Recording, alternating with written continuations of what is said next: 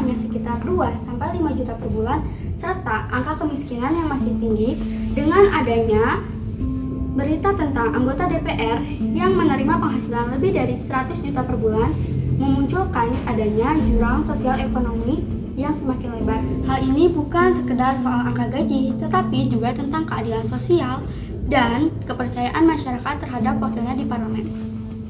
Bagi masyarakat berpenghasilan rendah, khususnya di perkotaan maupun pedesaan, kondisi ekonomi saat ini masih cukup berat sehingga kebutuhan pokok seperti beras mengalami kenaikan, sementara biaya listrik, air, dan pendidikan tetap menjadi pengeluaran yang signifikan. Hal ini berdampak pada petani, nelayan, pekerja informal, serta kelompok lain yang rentan secara ekonomi. Di sisi lain, pemberitaan di media sosial menyebutkan bahwa anggota DPR menerima gaji dan tunjangan lebih dari 100 juta per bulan per orang. Jumlah ini jauh lebih besar dibandingkan rata-rata penghasilan pekerja, sehingga menimbulkan perhatian publik terkait kesenjangan penghasilan dan harapan agar wakil rakyat tetap mengutamakan kepentingan masyarakat.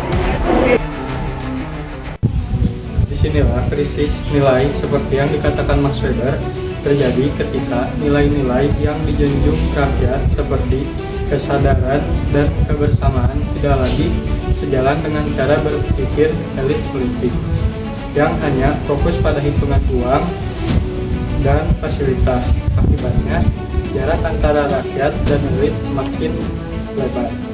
Siapa itu Max Weber?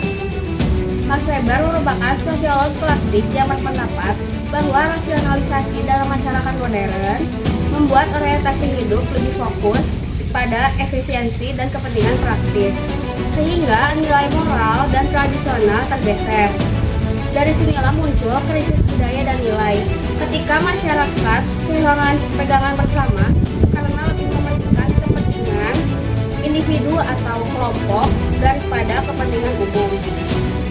Adapun solusinya, poin pertama adalah prioritaskan subsidi dan program sosial.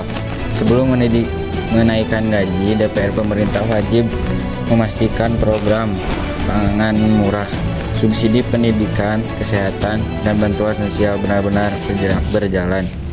Ini akan menunjukkan bahwa kebutuhan dasar rakyat tidak diabaikan.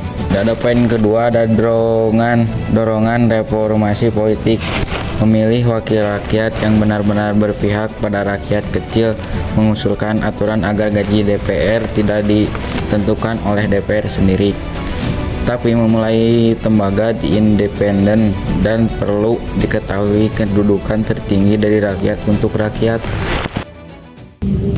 Jadi isu DPR saat ini bukannya soal angka gaji atau tunjangan, tapi soal krisis kepercayaan dan krisis nilai-nilai moral dalam kehidupan kita. Weber sudah mengingatkan lebih dari seabad yang lalu bahwa modernisasi ini dapat mengikis nilai-nilai moral.